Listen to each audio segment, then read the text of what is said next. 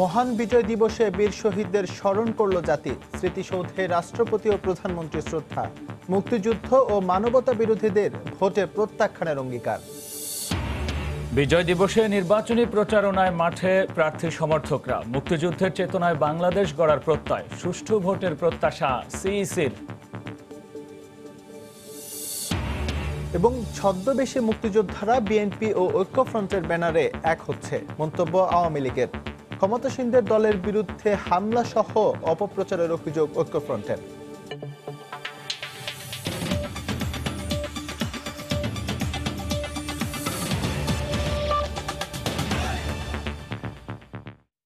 দেখছিলেন শিরোনাম। বাংলা সময়ের সঙ্গে আছে আমি এস এম ইকবাল এবং আমি গোলাম রাব্বি। মহান বিজয় দিবসের ভোরে জাতীয় স্মৃতিসৌধে মুক্তিযুদ্ধে বীর শহীদদের প্রতি শ্রদ্ধা জানিয়েছেন রাষ্ট্রপতি ও প্রধানমন্ত্রী। সাভারে জাতীয় স্মৃতিসৌধে ফুল দিয়ে শ্রদ্ধা জানান তারা। এরপর ধানমন্ডিতে জাতির পিতার প্রতিকৃতিতেও শ্রদ্ধা জ্ঞাপন করেন শেখ হাসিনা। আওয়ামী লীগ নেতারা দাবি করেন আসছে নির্বাচনেও ৭১-এর মতো পরাজিত হবে স্বাধীনতা বিরোধী শক্তি। আজহার লিমনকে সঙ্গে নিয়ে আরও জানাচ্ছেন দেবাশিস রায়। তখনও স্বাধীন বাংলাদেশের ৪৮তম বছরের সূর্য তার আলো ছড়ায়নি। মুক্তি আর বিজয়ের গৌরবে দাঁড়িয়ে থাকা সাভার জাতীয় স্মৃতিসৌধ প্রস্তুত। সাভার থেকে ফিরে প্রধানমন্ত্রী শ্রদ্ধা জানান ধানমন্ডি ৩২ নম্বরে জাতির পিতা বঙ্গবন্ধু শেখ মুজিবুর রহমানের প্রতিকৃতিতে। শেখ হাসিনা শ্রদ্ধা জানান আওয়ামী লীগ প্রধান হিসেবেও। এ সময় দলের যুগ্ম সাধারণ সম্পাদক জাহাঙ্গীর কবির নানক বলেন, আগামী নির্বাচনেও আবারও পরাজিত হবে অপশক্তি। যে অপশক্তির ষড়যন্ত্রকারীরা আজও স্বাধীনতার বিরুদ্ধে ষড়যন্ত্র করছে, তাদের বিরুদ্ধে ঐক্যবদ্ধভাবে আগামী ৩০শে ডিসেম্বরে বিজয়ের মাসে চূড়ান্ত রায়ের মধ্য দিয়ে শেখ হাসিনার নেতৃত্বে এই বাঙালি জাতি নূতন পথের নূতন যাত্রা শুরু করবে। পরে বঙ্গবন্ধুর প্রতিকৃতিতে শ্রদ্ধা জানায় আওয়ামী লীগের বিভিন্ন অঙ্গ ও সহযোগী সংগঠনের নেতাকর্মীরা। দেবাশিস রায়, সময় সংবাদ, ঢাকা। ছদ্মবেশী মুক্তিযোদ্ধারা বিএনপি ও ঐক্যফ্রন্টের ব্যানারে একত্রিত হয়ে ষড়যন্ত্র করছে বলে মন্তব্য করেছেন আওয়ামী লীগের সাধারণ সম্পাদক ওবায়দুল কাদের। সকালে ফেনীর মুক্তিযোদ্ধা স্মৃতিস্তম্ভে ফুল দিয়ে শ্রদ্ধা নিবেদন শেষে একথা বলেন তিনি। ওবায়দুল কাদের বলেন, কোনো ষড়যন্ত্রই ৩০ ডিসেম্বরের নির্বাচন বাধাগ্রস্ত করতে পারবে না। সাম্প্রদায়িক অপশক্তি বিরুদ্ধে ছদ্মবেশী গণতন্ত্র, ছদ্মবেশী মুক্তিযোদ্ধা ঐক্যবদ্ধ হয়েছে ঐক্যফ্রন্টের ব্যানারে বিএনপির নেতৃত্বে। এই সমুদায় অপশক্তিকে চালিয়েছেন। কিন্তু এখানে এসে আজকে আমরা সারাদিন এই উপজেলায় ঘুরে আমরা কোথাও ধানের ছড়ার কোনো প্রার্থীকে আমরা দেখিনি, এমনকি তার পক্ষে কাউকে প্রচারণা চালাতেও দেখিনি। এমনকি এই উপজেলার কোথাও মাইকিং কিংবা কোনো পোস্টারিং করতে আমরা দেখিনি ধানের ছড়ার পক্ষে।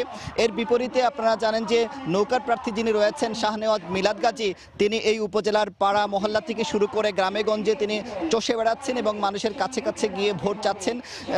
আপনারা জানেন যে এই শাহনেওয়াজ মিলাদ গাজীর পিতা এই এলাকারই ৩বারের তিনি সংসদ সদস্য এবং আওয়ামী লীগের মন্ত্রীও ছিলেন। এছাড়া যে ধানের ছড়ার যিনি আছেন ধানের শীষের প্রার্থী ডক্টর রেজা কিবরিয়া, তিনিও আওয়ামী লীগের মন্ত্রী ছিলেন, অর্থমন্ত্রী ছিলেন। কিন্তু কিছুদিন আগে তিনি ঐক্যফ্রন্টে যোগ দিয়ে তিনি ধানের শীষে এখানে নির্বাচন করছেন। কিন্তু তিনি বর্তমানে উপজেলায় নেই, তিনি ঢাকায় অবস্থান করছেন এমনটি আমাদেরকে জানানো হয়েছে বিএনপির পক্ষ থেকে। এবং তার পক্ষে বিএনপিকেও আমরা প্রচারণায় আমরা দেখতে পাচ্ছি না, এমনকি যে গ্রামে গঞ্জে তার পক্ষে কোনো ধরনের কার্যক্রম আমরা দেখতে পাচ্ছি না। এবং এই এলাকার মানুষের সবচেয়ে বড় যে দাবি সেটি হলো এখানে দেশের সবচেয়ে বড় গ্যাস ফিল্ড যেটি বিবিয়ানা গ্যাস ফিল্ড, এবং এখান থেকে সারা দেশে গ্যাস সরবরাহ করা হয়। কিন্তু এলাকার শুধুমাত্র পৌরসভা ছাড়া বাকি এলাকার মানুষ গ্যাস থেকে বঞ্চিত।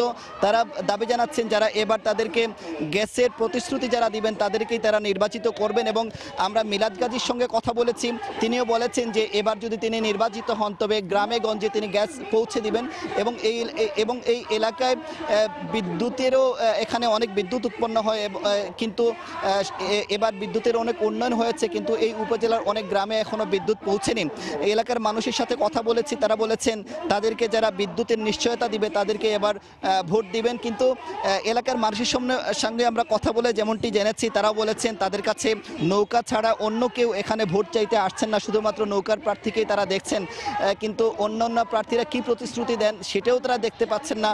কিন্তু সামনে যে দিনগুলো আছে সেই দিনগুলোতে রেজা কিবরিয়া এলাকায় আসবেন কিনা, কিংবা ধানের শীষের কেউ প্রচারণা চালাবেন কিনা, কিংবা বিএনপিও তার পক্ষে নামবে কিনা, সেই বিষয়টি আমরা এখনো জানতে পারিনি। এবং বিএনপির নেতৃবৃন্দের সাথে আমরা আজকে কথা বলার চেষ্টা করেছি, তারা আমাদের সঙ্গে আজকে কথা বলেননি, তারা গণমাধ্যমকে এড়িয়ে। আপনাকে ধন্যবাদ। 30শে ডিসেম্বর অনুষ্ঠিত হতে যাচ্ছে একাদশ জাতীয় সংসদ নির্বাচন। এই উপলক্ষে রাজশাহীর 6টি সংসদীয় আসনেই আওয়ামী লীগ এবং বিএনপির প্রার্থীর জমজমাট প্রচারণা চলছে। এরই মধ্যে উৎসবমুখর একটি পরিবেশও আমরা রাজশাহীর বিভিন্ন আসনে দেখতে পাচ্ছি। আমরা বিশেষ করে সকাল থেকে বিভিন্ন আসনে ঘুরেছি। এর মধ্যে পুঠিয়া ও দুর্গাপুর আসনে আমরা আওয়ামী লীগ প্রার্থী ডক্টর মনসুর রহমানকে দেখেছি তার পক্ষে প্রচারণা করতে এবং নৌকার পক্ষে ভোট আনার জন্য নানা প্রতিশ্রুতি তিনি দিয়েছেন। তবে সেখানে ঐক্যজোটের প্রার্থী নাদিম মুস্তফাকে আমরা আজকে কোনো কর্মসূচি দিতে দেখিনি। তবে রাজশাহীর বাঘা চারঘাট এলাকায় আমরা দেখেছি বিএনপি প্রার্থী আবু সাইদ চাঁদের পক্ষ থেকে তার কর্মী সমর্থকরা প্রচারণা চালাচ্ছেন। তিনি 24টি মামলায় বর্তমানে কারাগারে রয়েছেন। এ কারণেই আসলে তার প্রচারণাগুলো তার সমর্থকদের দিয়ে আসলে তিনি চালিয়ে যাচ্ছেন। এখানে আমরা তার বিভিন্ন কর্মসূচিতে আমরা দেখেছি যে বিশেষ করে ট্রাফিক মোড়, সারদা বাজার এবং পল্লী বিদ্যুতের মোড়েও তিনি গণসংযোগ চালিয়েছেন এবং এখান থেকে তিনি নানা প্রতিশ্রুতি দিয়ে ভোট প্রার্থনা করেছেন। বিশেষ করে তিনি বলেছেন বেকারত্ব দূরীকরণ, কর্মসংস্থান সহ মাদক মুক্ত এলাকা গড়তে তিনি ধানের শীষের পক্ষে নেতাকর্মীরা ভোট চেয়েছেন। তবে আওয়ামী লীগ প্রার্থী তিনি বিকেলে গণসংযোগ করেছেন বাঘার কয়েকটি ইউনিয়নে এবং তিনিও কিন্তু একইভাবে পররাষ্ট্র প্রতিমন্ত্রী শাহরিয়ার আলম তিনিও একইভাবে নানা প্রতিশ্রুতি দিয়ে আসলে ভোট প্রার্থনা করেছেন। ভোটাররাও কিন্তু এই ভোটকে কেন্দ্র করে এক ধরনের উৎসাহ উদ্দীপনার মধ্যে রয়েছেন এবং তারা সৎ এবং যোগ্য একজন প্রার্থীকে বেছে নেওয়ার জন্য উন্মুখ হয়ে আছেন। আগামী 30শে ডিসেম্বরে যাতে সুষ্ঠু একটি পরিবেশ থাকে তাদের পক্ষ থেকে আসলে এটিই চাওয়া হচ্ছে। তো এই ছিল আমার কাছে ইকবাল রাজশাহী থেকে নির্বাচনের প্রচারণার খবর। নির্বাচনী প্রচারণার খবর জানাতে রাজশাহীর চারঘাট এলাকা থেকে আমাদের সঙ্গে যোগ দিয়েছিলেন সহকর্মী সাইফুর রহমান রকি। এর আগে একই খবর হবিগঞ্জ থেকে জানাচ্ছিলেন আব্দুল আহাদ।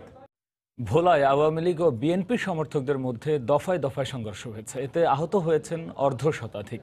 এ সময় আওয়ামী লীগ প্রার্থীর নির্বাচনী কার্যালয় ভাঙচুর ও মোটর সাইকেলে অগ্নিসংযোগ করা হয়। সকালে বোরহানউদ্দিনের উদয়পুরেই সংঘর্ষ হয়। প্রত্যক্ষদর্শীরা জানান ভোলা 2 আসনে বিএনপি প্রার্থী হাফিজ ইব্রাহিমের গণসংযোগ ঘিরে ওই এলাকায় অবস্থান করে দলের নেতাকর্মীরা। একই এলাকায় গণসংযোগ করে আওয়ামী লীগ প্রার্থী আলী আজম মুকুলের কর্মী সমর্থকরা। এক পর্যায়ে দুপক্ষের মধ্যে সংঘর্ষ হয়। এতে উভয় পক্ষের অর্ধশতাধিক কর্মী আহত হন। অগ্নিসংযোগ করা হয় 16টি মোটরসাইকেলে। পরে হামলা চালিয়ে আওয়ামী লীগের 5টি নির্বাচনী কার্যালয় ভাঙচুর করা হয়। আহতদের বিভিন্ন হাসপাতালে ভর্তি করা হয়।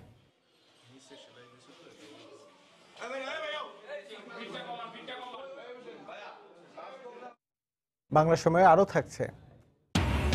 কিশোরগঞ্জে বাস চাপায় এক এসএসসি পরীক্ষার্থী সহ 3 মোটরসাইকেল আরোহী নিহত।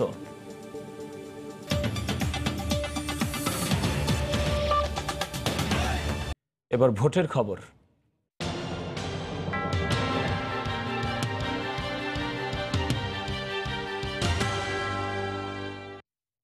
সাতক্ষীরা 2 আসনে প্রথমবারের মতো পরীক্ষামূলক ইলেকট্রনিক ভোটিং মেশিন বা ইভিএম ব্যবহারের সিদ্ধান্ত নিয়েছে নির্বাচন কমিশন।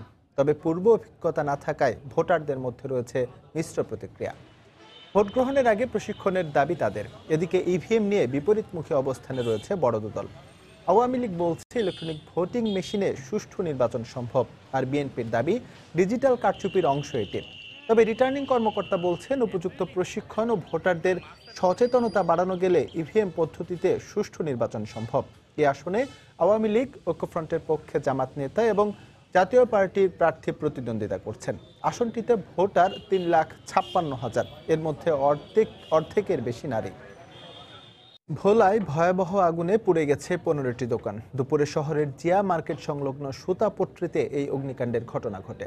ফায়ার সার্ভিস জানায় একটি সুতার দোকান থেকে আগুনের সূত্রপাত হয়ে মুহূর্তেই তা আশপাশের দোকানে ছড়িয়ে পড়ে। এ সময় স্থানীয়দের মধ্যে আতঙ্ক দেখা দেয়। খবর পেয়ে ঘটনাস্থলে গিয়ে আগুন নিয়ন্ত্রণে কাজ করে ফায়ার সার্ভিসের 6টি ইউনিট। স্থানীয়দের সহযোগিতায় প্রায় 2 ঘন্টার আগুন নিয়ন্ত্রণে আসে। ততক্ষণে পুড়ে যায় 5টি সুতার দোকান ও 6টি গোডাউন সহ 4টি মুদি দোকান। মহান বিজয় দিবস সহ টানা 3 দিনের ছুটিতে সৈকত নগরী কক্সবাজারে হাজারো পর্যটকের ভিড়। গত দুদিনে পর্যটকদের পদচারণায় মুখর সাগর তীর। পর্যটন মৌসুমের শুরুতে সংসদ নির্বাচনের কারণে পর্যটক সংকটের যে শঙ্কা ছিল তা কেটে গেছে বলে মনে করছে সংশ্লিষ্টরা। আর সব ধরনের দুর্ঘটনা ঠেকাতে এবং পর্যটকদের নিরাপত্তায় বাড়তি ব্যবস্থাও নিয়েছেন তারা। টানা 3 দিনের এই ছুটিতে দেশের বিভিন্ন প্রান্ত থেকে প্রায় 3 লাখ পর্যটক ভ্রমণে এসেছেন।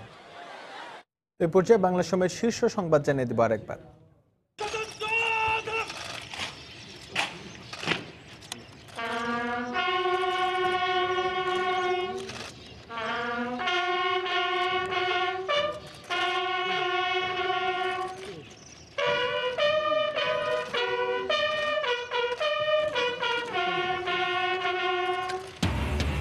মহান বিজয় দিবসে বীর শহীদদের স্মরণ করল জাতি। স্মৃতিসৌধে রাষ্ট্রপতি ও প্রধানমন্ত্রী শ্রদ্ধা। মুক্তিযুদ্ধ ও মানবতা বিরোধীদের ভোটে প্রত্যাখ্যানের অঙ্গীকার। বিজয় দিবসে নির্বাচনী প্রচারণায় মাঠে প্রার্থী সমর্থকরা। মুক্তিযুদ্ধের চেতনায় বাংলাদেশ করার প্রত্যয়। সুষ্ঠু ভোটের প্রত্যাশা সিএসির। এবং ছদ্মবেশী মুক্তিযোদ্ধারা বিএনপি ও ঐক্যফ্রন্টের ব্যানারে এক হচ্ছে। মন্তব্য আওয়ামী লীগের। ক্ষমতাসীন দলের বিরুদ্ধে হামলা সহ অপপ্রচারের অভিযোগ ঐক্যফ্রন্টের। এই ছিল বাংলা সময়। যে কোনো খবর পেতে ভিজিট করুন সময়নিউজ.tv। আপনার মোবাইলে সময় সংবাদ দেখতে সকল খবর পেতে ডাউনলোড করুন সময় অ্যাপ। সঙ্গে থাকুন সময়।